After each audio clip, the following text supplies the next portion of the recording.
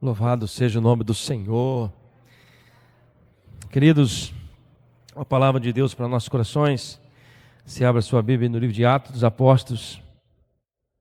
Atos dos Apóstolos, capítulo 2. Atos dos Apóstolos, capítulo 2, versículos 42 até o 47. Glória a Deus. A palavra do Senhor diz assim: e perseveravam na doutrina dos apóstolos, na comunhão, no partir do pão e nas orações. Em toda a alma havia temor e muitas maravilhas.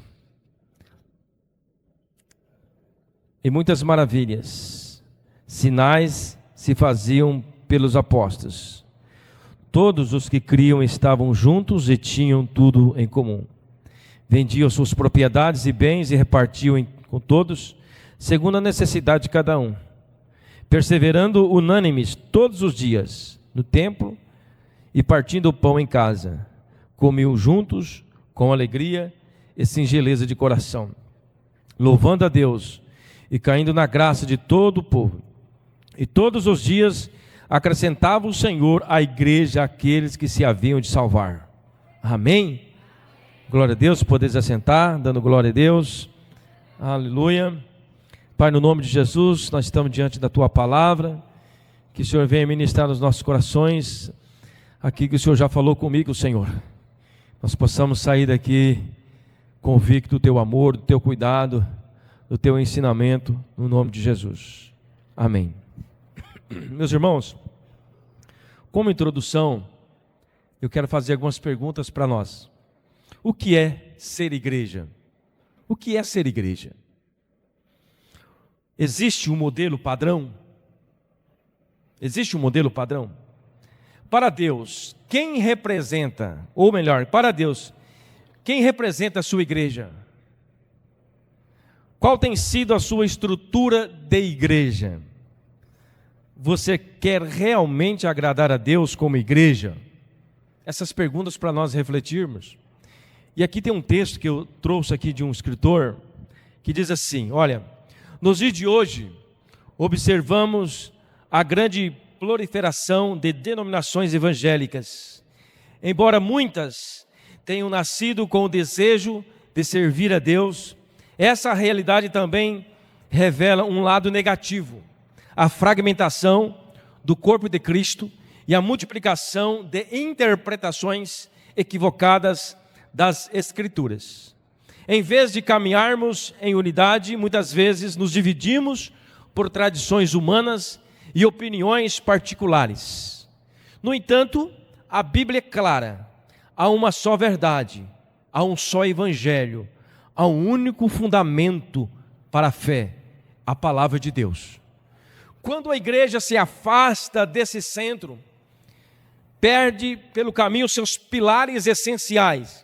Por isso, mais do que nunca, precisamos retornar ao primeiro amor, resgatar a essência do Evangelho e viver de forma mais bíblica e menos carnal. Isso exige quebrantamento, exige renúncia ao egoísmo, modificação dos desejos desordenados e uma entrega sincera ao Espírito Santo, permitindo que Cristo seja de fato o Senhor de nossas vidas, o Senhor da nossa igreja. É um texto que eu achei muito interessante trazer para os irmãos como introdução desta mensagem. E nós vamos ver aqui nesse texto da palavra esses 4 pilares para nós sermos uma igreja vitoriosa. Diga assim: igreja vitoriosa.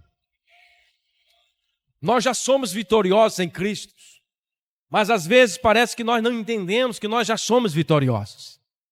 E nós vivemos como se mendigando a fé. Nós vivemos como se nós não entendêssemos o grande propósito de Deus. Então, por isso, nós precisamos voltar à essência do que é ser igreja, do que realmente nós precisamos fazer, o que realmente nós precisamos fazer, para que Deus olhe para nós e tenha prazer em ver aquilo que nós fazemos. Em primeiro lugar, olhando esse texto no versículo 2, O versículo 2 diz assim, melhor, versículo 42. Eles se dedicavam ao ensino dos apóstolos, à comunhão, ao partir do pão e à oração. Dentro desse primeiro ponto, nós temos 4 divisões, que poderia aqui dar uma mensagem só nesse versículo. 4 divisões. Esses 4 pilares que eu quero destacar, dentro do primeiro pilar, que é a igreja que caminha dentro dessa estrutura do Evangelho. O primeiro pilar é uma igreja que caminha dentro da estrutura do Evangelho. Qual é a estrutura do Evangelho aqui nesse primeiro versículo? São esses 4 fundamentos. Caminha no ensino dos apóstolos, na comunhão, no partir do pão e nas orações. 4 coisas essenciais que nós como igreja não podemos distanciar. Porque foi assim que começou. Aqui está escrito que assim eram os cristãos do primeiro século. Logo quando Jesus foi subido aos céus, aquele fervor estava no coração deles. A forma como eles adoravam a Jesus, a forma como eles eram igreja, era assim. E se está escrito na palavra, isso significa que não é um modelo para nós seguirmos. A igreja é dedicada aos ensinos da palavra, o primeiro ponto aqui, desse primeiro parágrafo. A igreja é dedicada ao ensino da palavra. A igreja não apenas ouve, mas se deixa moldar pela verdade. Não só ouve, mas ela deixa moldar pela verdade, que edifica e fortalece o nosso fundamento, a fé. Quando nós somos dedicados ao ensino da palavra, o que acontece? Nós vamos viver essa palavra vai moldar a nossa vida. A palavra vai moldar o nosso pensamento, vai moldar o nosso caráter, porque a palavra, ela é a verdade. Amém? Existe no nosso país uma Constituição, a Constituição Federal, que muitos políticos tentam seguir essa Constituição, mas o que nós estamos vendo é que eles estão desviando essa Constituição, e por isso nós estamos vivendo o que nós estamos vivendo. E dentro da palavra existe uma regra, uma regra de fé e prática, é a palavra. Então quando nós andamos dentro dessa estrutura, a primeira estrutura, o fundamento dessa estrutura é dedicado à palavra. A Bíblia diz que a primeira igreja vivia dedicada ao ensino dos apóstolos. O ensino dos apóstolos nada mais é que toda a escritura aqui do Novo Testamento. Os apóstolos, inspirados pelo Espírito Santo, escreveram. Então nós precisamos estar dedicados ao ensino da palavra, dentro do primeiro ponto. E a segunda coisa que o apóstolo fala, eles dedicavam a sua vida na comunhão. Eles tinham comunhão, eles pensavam a mesma coisa. Eles decidiam fazer alguma coisa, todo mundo se unia. Nós temos o mesmo pensamento. A comunhão aqui não é comer e beber. A comunhão aqui é entendimento. Eles falavam a mesma língua. E quando isso acontece em nós, revela ao mundo a unidade de Cristo em nós. Quando nós nos mantemos unidos, o mundo vai perceber que nós somos unidos. Se o mundo percebe que nós somos unidos como igreja, eles vão querer andar juntamente conosco. Eles vão ver a diferença. Para aí. Tem uma igreja ali que o povo é unido. O povo, tudo que eles vão fazer, eles se unem, as coisas acontecem. Porque nós estamos no fundamento. Nós estamos dentro dessa estrutura da palavra que é viver a nossa vida dedicada à comunhão. E por isso o Espírito Santo age nas nossas vidas. A outra coisa que o texto fala, o versículo dedicado ao compartilhar do pão. Quando nós compartilhamos o pão, manifesta a graça do Senhor em atitudes práticas. Atitudes práticas, não só de palavras, mas de práticas, tornando visível a generosidade do Evangelho. A primeira igreja ela dedicava a comunhão dos apóstolos, ou melhor, ao ensino dos apóstolos, a comunhão, ao partir do pão e às orações. Quando nós vamos ver o texto, vocês viram que eles não se apegavam às suas coisas. Eles até vendiam as suas propriedades. Por que eles vendiam as suas propriedades? Primeiro ponto, quero destacar para os irmãos. Os cristãos do primeiro século, eles acreditavam fielmente que Jesus iria voltar a qualquer momento. Eles não acreditavam que ia passar 2000 anos, como já passou. Para eles, Jesus iria voltar no outro dia, ou daqui um mês. Por isso, eles desapegavam de tudo, não queria nada de bem material. Eles não se apegavam, por isso, eles repartiam. Eles vendiam e repartiam uns com os outros. Essa atitude só vem quando nós temos a certeza de que Cristo voltará. Essa atitude de repartir o pão, de ajudar o próximo, não se apegar às coisas materiais, ela só enquadra naquelas pessoas que entendem que esse mundo é passageiro. E nós estamos esperando o mundo vindouro, o novo céu e a nova terra, onde não haverá mais dor, onde não haverá mais sofrimento. Então nós não nos apegamos a estas coisas materiais. Porque quando nós apegamos às coisas materiais, nós deixamos de compartilhar. E o grande segredo aqui do texto é compartilhar o pão. E a outra coisa que o versículo fala, o versículo 42, é que eles estavam dedicados às orações. Eles eram dedicados ao ensino dos apóstolos, à comunhão, ao partir do pão e às orações. É a primeira estrutura para uma igreja vitoriosa, uma igreja que caminha dentro desta estrutura do Evangelho. Você praticar essas 4 coisas essenciais. Quando nós dedicamos as nossas vidas em orações, meus irmãos, é reconhecer que todo poder e direção vem de Deus. Tudo aquilo que nós vamos fazer, nós temos que fazer debaixo de oração. Qualquer coisa que você for fazer, qualquer decisão, o cristão, assim eu entendo, ele tem que orar a Deus, falar: Senhor, eu preciso fazer isso e isso. Será que eu posso fazer? O Senhor me orienta, me responde. Será que está certo essa caminhada? Será que esse lugar onde estou indo está certo? Ou não? E aí, querido, para nós ouvirmos Deus falar é outra coisa. É a sensibilidade do Espírito Santo. E quando nós adquirimos a sensibilidade do Espírito Santo? Quando nós estamos em comunhão com Ele. Quando nós entendemos Ele todos os dias, ou melhor, quando nós falamos com Ele todos os dias. Nós começamos a perceber Deus falar conosco através de um louvor, através de uma visita que você recebe na sua casa, através de um irmão que conversa com você, através da palavra que está sendo ministrada. Deus fala, porque os seus ouvidos estão abertos para ouvir Deus. E Deus não se cansa de falar conosco, aleluia. O que Ele mais quer é nos orientar aquilo que nós temos que fazer. E aí nós não ouvimos, se nós não dedicar a nossa vida em oração, nós não vamos escutar Deus. Nós não vamos perceber quando Deus está falando.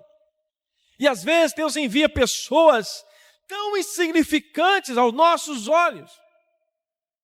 Às vezes Deus envia coisas, ou melhor, cria situações tão complicadas, para que nós possamos entender que é Deus que está no controle da nossa vida, aleluia. Então nós precisamos ter essa sensibilidade. Quem é que tem a sensibilidade? Aqueles que são dedicados a orações. O texto de Atos capítulo 2, vocês vão ver, lá no final nós vamos falar um pouquinho, que por causa dessa unidade, por causa do compartilhamento, das orações, da comunhão, dos ensinos dos apóstolos, o que acontecia?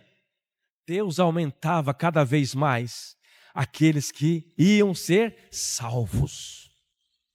Então, quando nós dedicamos a isso, a viver essa estrutura, a melhor coisa que pode acontecer não é nós ficarmos ricos. A melhor coisa que pode acontecer não é nós sermos curados. A melhor coisa que pode acontecer é as pessoas vindo para Jesus, aleluia. Porque esse é o nosso objetivo. O objetivo nosso da igreja é atrair as pessoas para Cristo. E Deus usa pessoas, Deus usa eu, Deus usa você. Mas para que nós sejamos esta igreja, como a igreja aqui do primeiro século, nós precisamos praticar esta estrutura do Evangelho. É o primeiro pilar para uma igreja vitoriosa. Oração, comunhão, partir do pão e ensino da palavra. Ensino da palavra, comunhão, partir do pão e oração.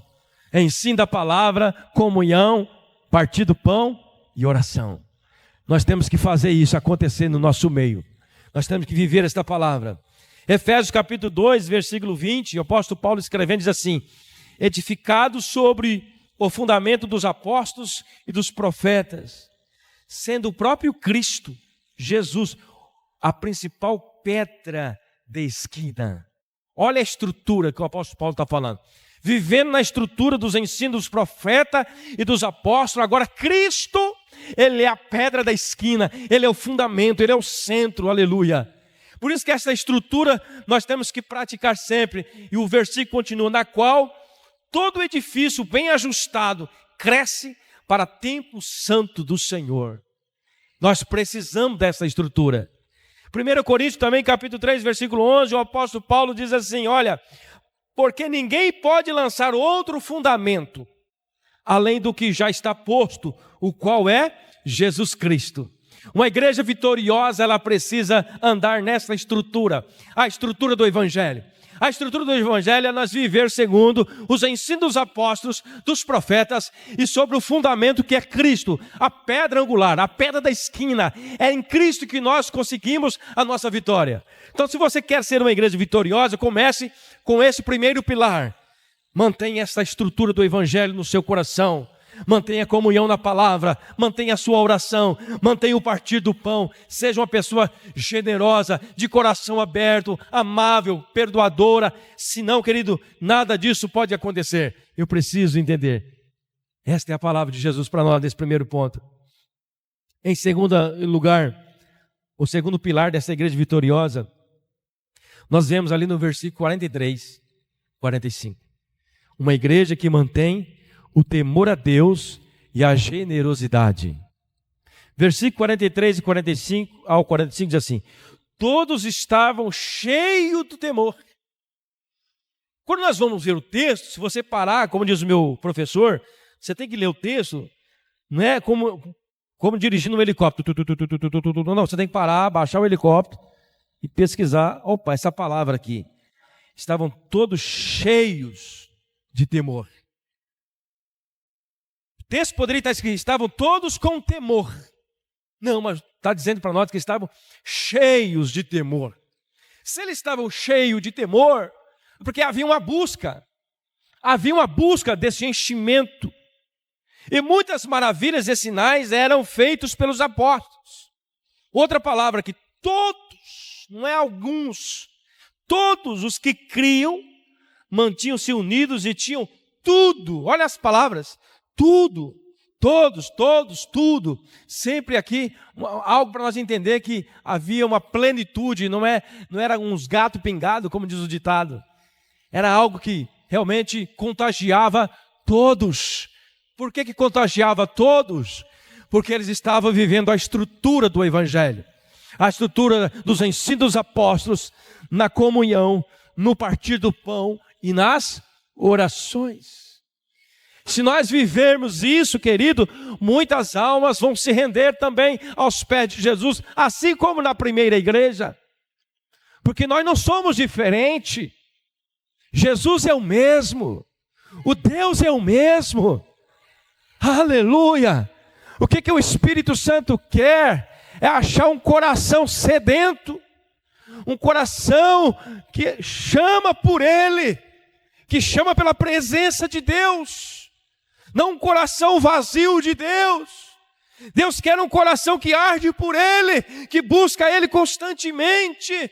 Não um coração religioso, mas um coração santo, um coração cheio de temor. E temor fala, querido, de nós entendermos que Deus está no trono e Ele governa sobre tudo, e Ele quer ver nós como seus filhos, atuando como seus verdadeiros filhos, para a glória dEle, aleluia. E um dia nós vamos receber um galardão. Nós estamos aqui de passagem.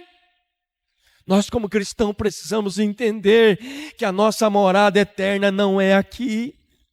Aqui nós estamos por um período de tempo para proclamar a verdade de Cristo. E por isso que eu preciso entender que como igreja eu preciso manter o temor a Deus e a generosidade no nosso coração.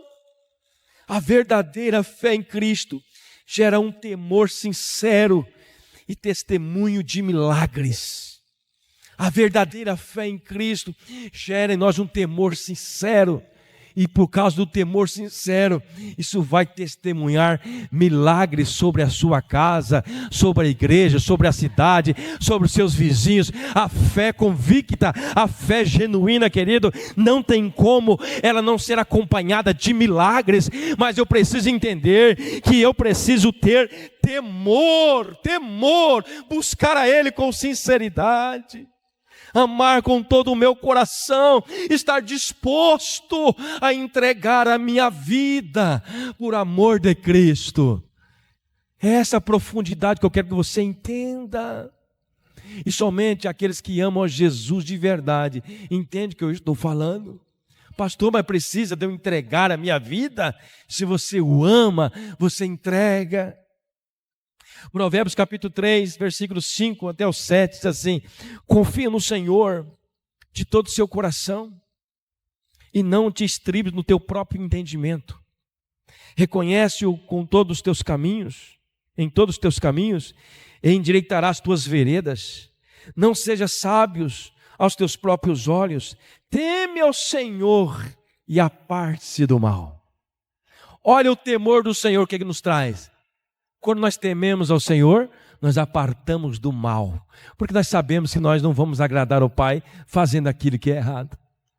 Por isso que o texto diz: confia no Senhor de todo o seu coração e não te estribes nos seus próprios entendimentos. Não é você que sabe, é Deus que sabe. É o Espírito Santo que te dá orientação, é o Espírito Santo que fala vai ou vem ou fica ou faz. Quando você está ligado, você consegue entender isso. Mas quando nós não estamos conectados nessa estrutura, nós agimos pelas nossas próprias emoções, nós agimos pelos nossos próprios achismos, nossas próprias vontades. E aí, querido, há aquela alegria passageira, aquela alegria que parece que está tudo certo, mas no final você vai ver que é uma tristeza grande. Você precisa entender que Deus, Ele te ama e tem um propósito maravilhoso para mim e para você, aleluia. Eu preciso entender, querido, que a busca do temor e a generosidade também vai nos fazer prosperar. A unidade da igreja fortalece a comunhão e o cuidado mútuo. Quando nós estamos unidos em um só propósito, fortalece a nossa comunhão, nosso cuidado mútuo. Nós cuidamos uns dos outros, nós nos preocupamos uns com os outros. Quem tem o Espírito Santo não pensa só em si próprio. Quem tem o Espírito Santo está lá em casa preocupado. Talvez você está lá almoçando, aquele almoço gostoso, churrasco. Se você é um servo de Deus, você deve pensar: meu Deus, quantas pessoas na África passando necessidade. Quantas pessoas, quantas crianças morrendo de fome na África. Aqui mesmo na cidade, quantas pessoas às vezes passando grandes necessidades. Quando você teme a Deus, você entende que essa comunhão gera em você um cuidado mútuo. Você tenta, pelo menos faz alguma coisa para ajudar alguém. Você estende a sua mão para ajudar alguém. Porque é isso que Jesus fez. Ele veio, Ele morreu na cruz por todos nós. Ele entregou a sua vida por todos nós. Ele se preocupou comigo, Ele se preocupou com você. Então eu preciso entender que a igreja, ela precisa fortalecer nessa unidade. E essa unidade, querido, gera uma comunhão. E essa comunhão vai gerar um cuidado mútuo. Tiago capítulo 2, versículo 15 diz assim: se um irmão ou uma irmã estiver encarecido de roupa e necessitado do alimento de cada dia, e qualquer de vós lhe disser: ide em paz, aquietai-vos e fartai-vos, sem contudo lhes dar o necessário para o corpo, qual é o proveito disso? Qual é o proveito disso? Nós só falarmos e não fazermos. Assim também a fé, se não tiver obras, ela em si ela é morta. A fé ela é morta. Unidos em Cristo, querido, nós partilhamos não só a fé, mas também a nossa vida. Quando nós estamos unidos em Cristo nesse propósito, nós não partilhamos só o pão, mas até a nossa vida. Nós entregamos, nós fazemos, nós gastamos nosso tempo precioso. Às vezes você deixa de estar em um lugar bom, agradável, para ajudar alguém, você compartilha até a sua vida, porque esta unidade, esta comunhão em Cristo, ela gera isso em nós. Todos os que criam mantinham-se unidos e tinham tudo em comum. O texto diz assim: todos os que criam mantinham-se unidos e tinham tudo em comum. Quer dizer, o que é meu é seu, o que é seu é meu. Eles viviam assim. Eles não tinham usura, não tinha miséria.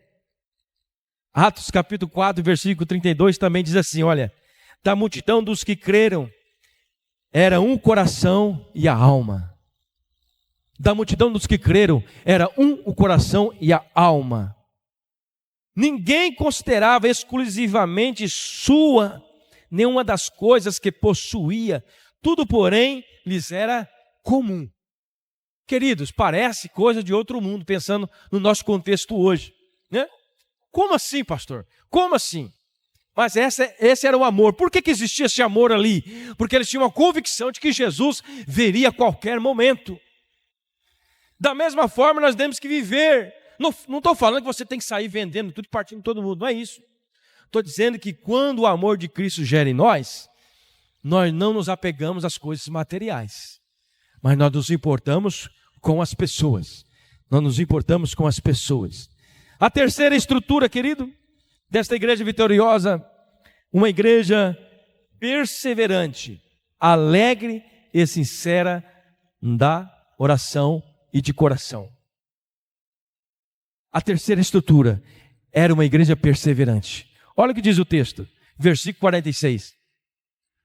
Todos os dias, diga comigo, todos os dias, continuavam a reunir-se no pátio do templo. Partiam o pão em suas casas e juntos participavam das refeições com alegria e sinceridade de coração.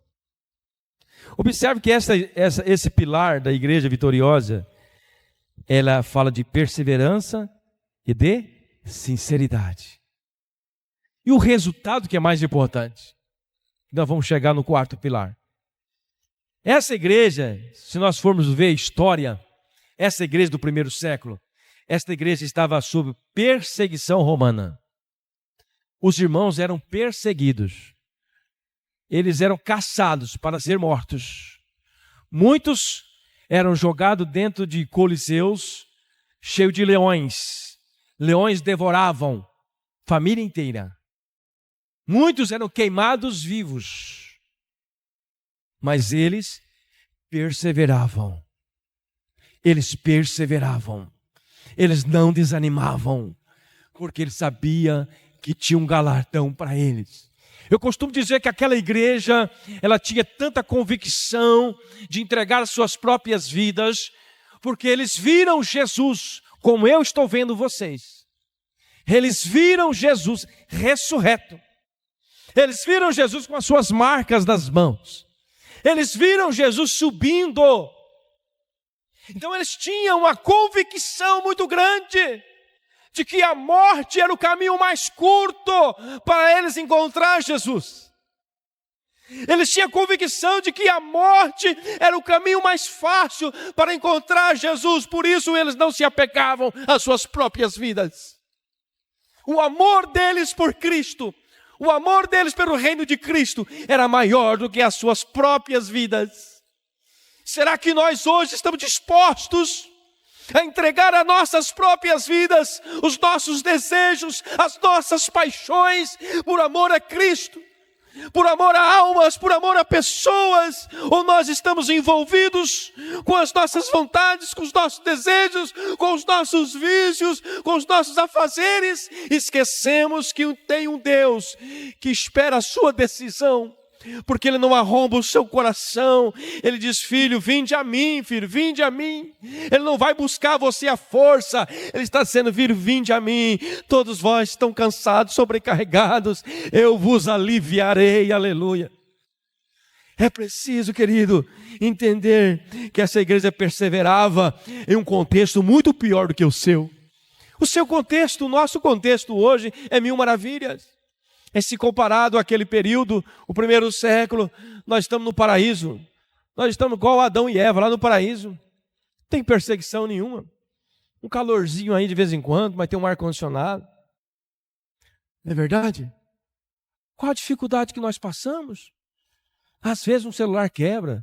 Às vezes o Detran me dá um trabalho. E assim vai. Mas nem se compara à igreja do primeiro século. E é ela que está nos ensinando aqui. É o texto que fala sobre a igreja do primeiro século. Eles perseveravam, Eles batalhavam, porque eles tinham uma convicção: é Jesus, eu tenho que morar com Ele, eu quero estar perto dEle, eu quero ter um corpo glorificado como o de Cristo, eu não me importo com a minha carne, eu não me importo com nada desta terra, eu quero ver Ele, eu quero estar perto dEle, aleluia. Assim aquela igreja pensava, e assim nós precisamos pensar. Assim nós devemos amar também as pessoas que estão indo para o inferno.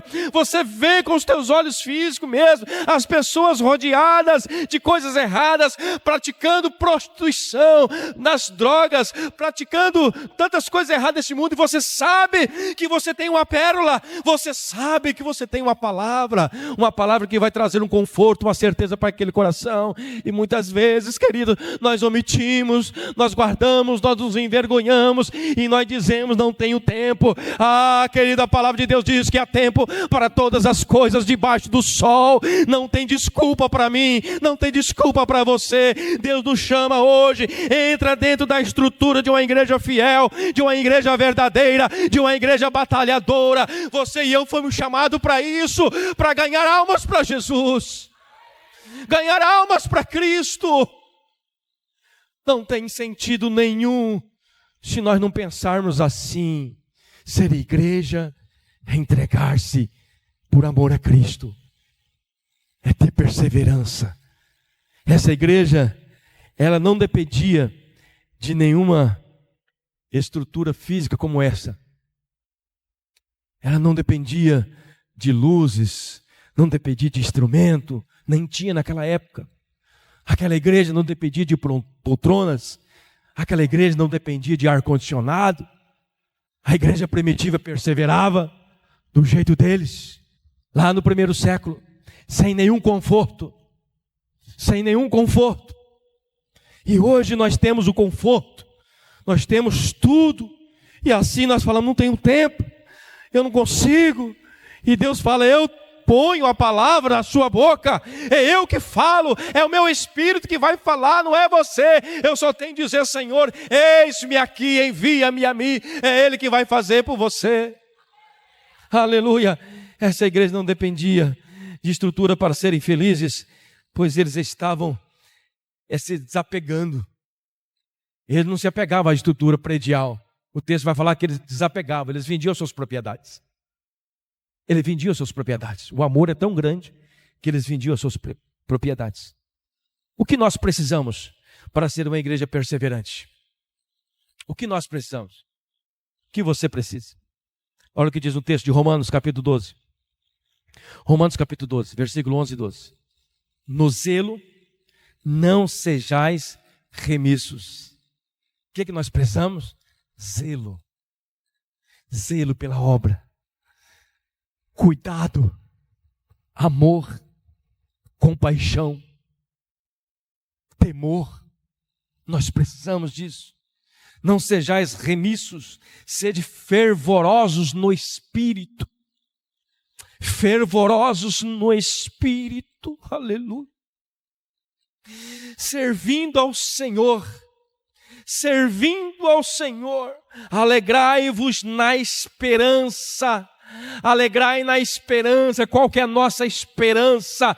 É que Cristo vai voltar, Ele vai estabelecer o seu reino. Alegrai nisso, sede firme nisso, acredite nisso, ganhe pessoas para esse propósito. Alegrai nisso, na esperança, e sede paciente na tribulação, e perseverai na oração.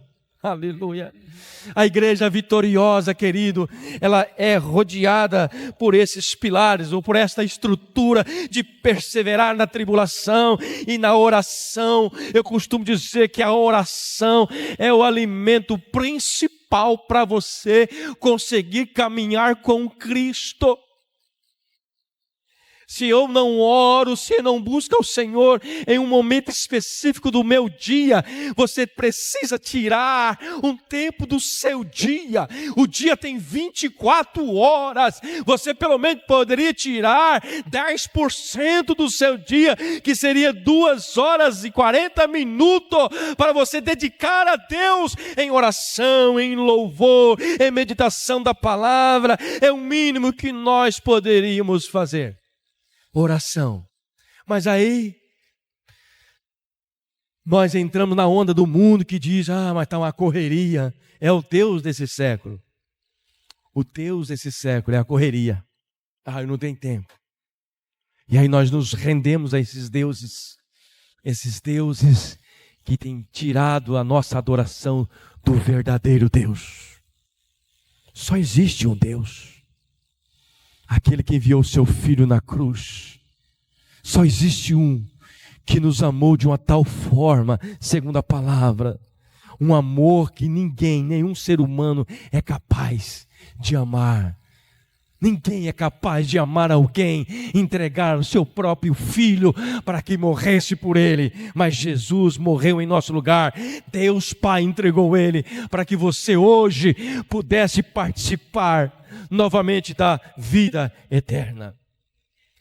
Filipenses capítulo 4, versículo 4, o apóstolo diz assim: alegrai-vos sempre no Senhor. Outra vez vos digo, alegrai-vos. Quer dizer, sede perseverante.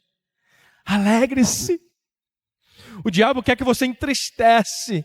As situações do dia a dia, a situação financeira, se você não parar e contar até 10, e você começar a meditar na palavra, você acaba soltando um palavrão, você acaba soltando um pensamento que não combina com aquilo que você sabe.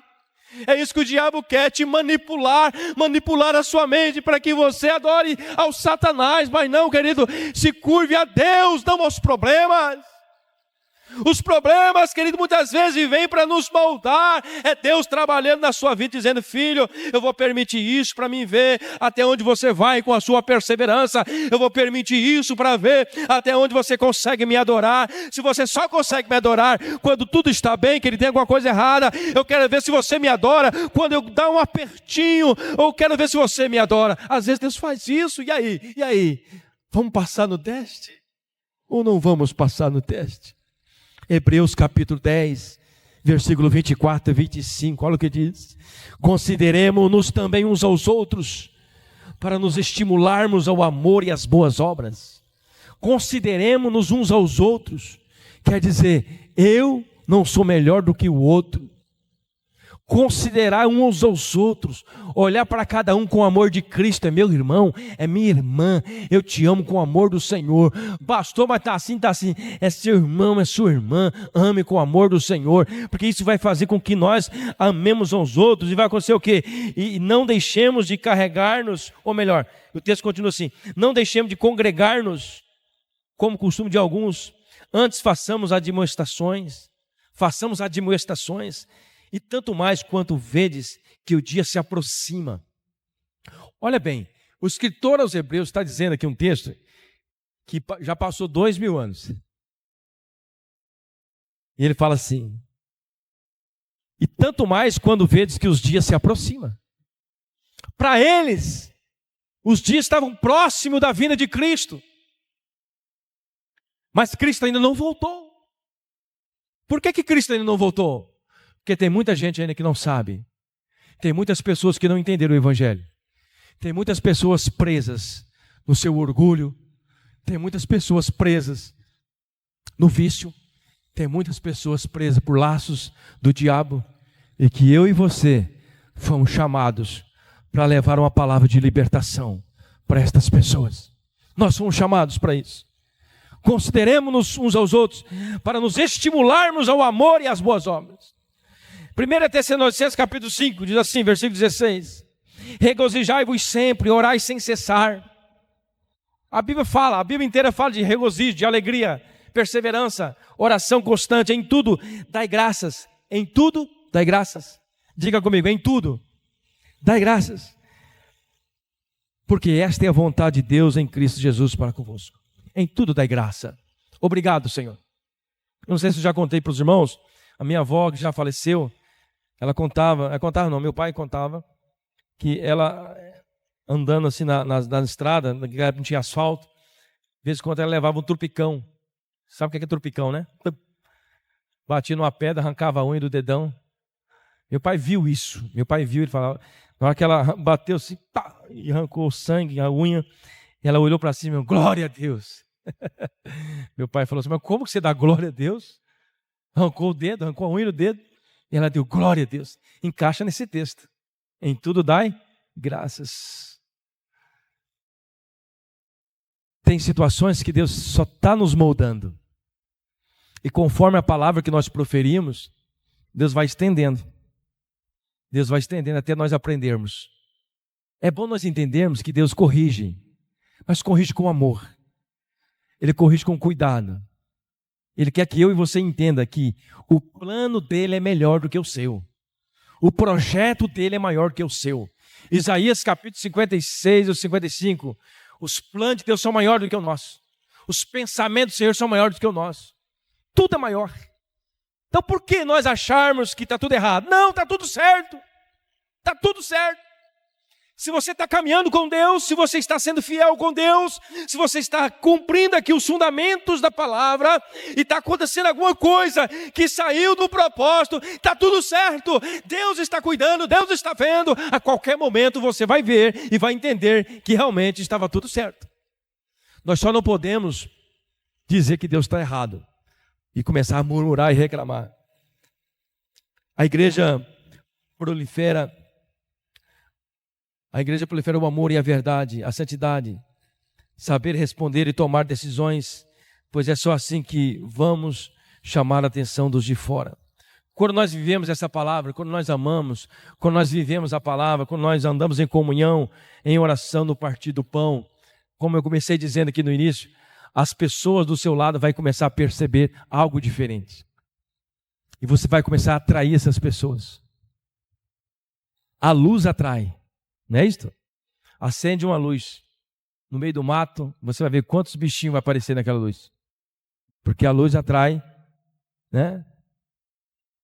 E nós somos a luz do mundo. A Bíblia diz que nós somos a luz do mundo. Então nós precisamos atrair as pessoas para nós.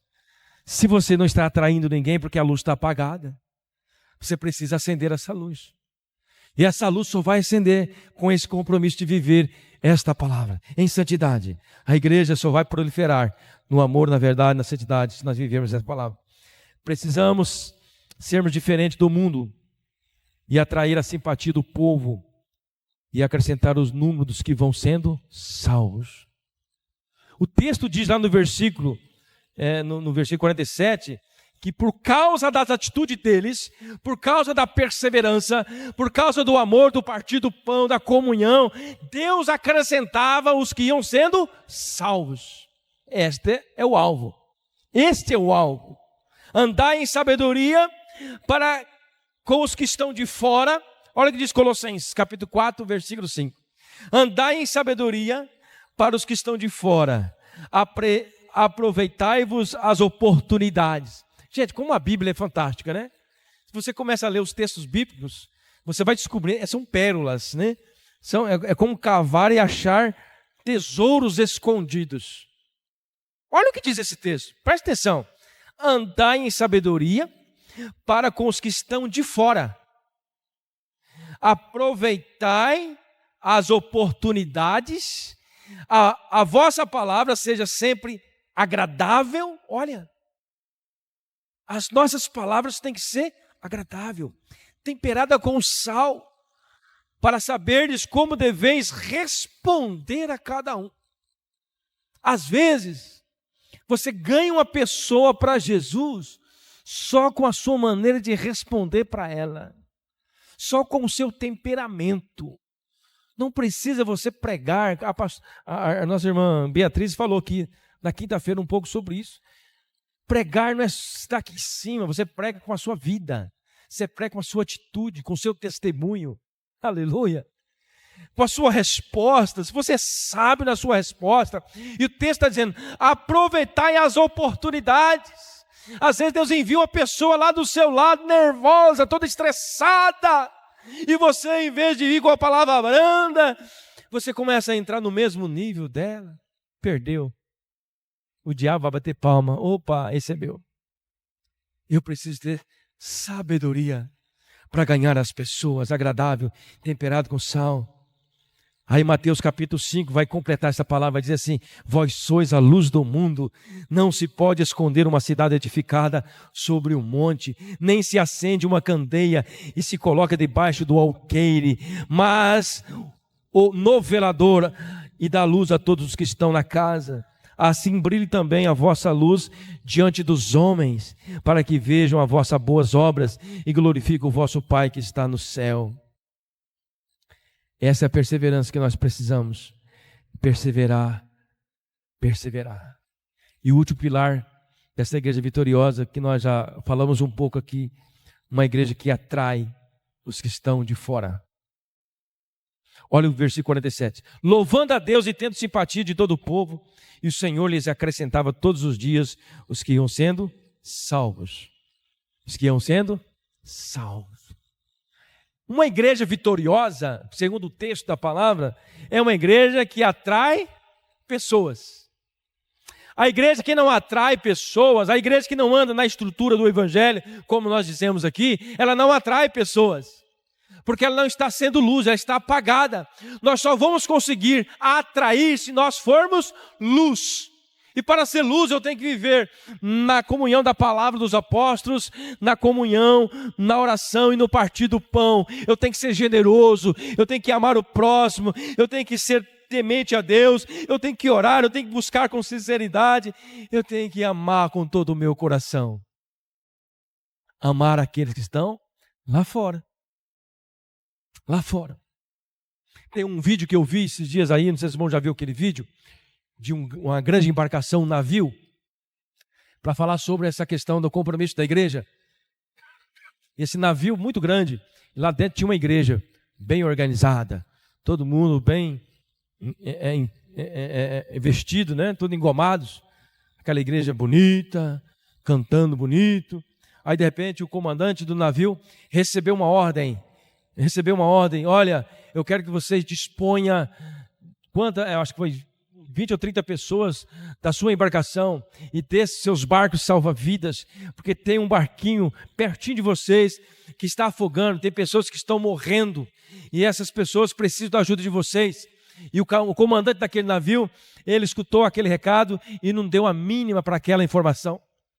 Mas teve uma pessoa, 2 ou 3 lá que resolveram, tomaram a decisão, eles foram. Quando eles chegaram até o lugar onde era para salvar as pessoas falaram assim, o outro comandante: uai, mas vocês só vieram, vocês 3?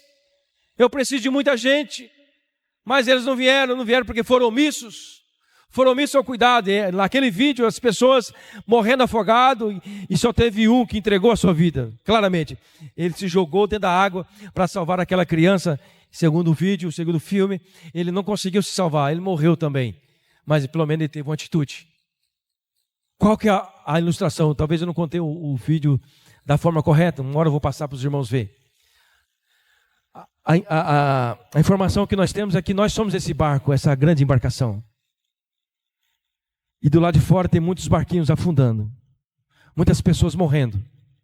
E nós estamos dentro da nossa estrutura. E nós não queremos salvar. Nós não queremos jogar o nosso barquinho salva-vida para salvar ninguém. Porque nós não estamos vivendo a estrutura do evangelho. Nós estamos vivendo uma outra estrutura da igreja. Nós estamos vivendo uma igreja que não é bíblica. Uma igreja egocêntrica, uma igreja que só pensa em si próprio, uma igreja que só pensa nos seus prazeres, uma igreja que só pensa em ficar rica, uma igreja que só pensa em diversão, em alegria.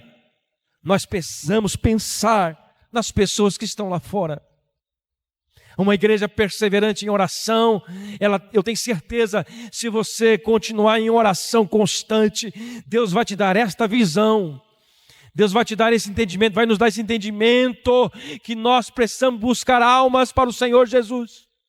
Se cada um de nós aqui tomasse o compromisso de trazer uma alma para a igreja no próximo domingo, daqui 1 mês, 2 meses, essa igreja estaria cheia de almas, porque, querido, é o meu papel, é o nosso papel trazer vidas que estão lá fora para dentro da igreja.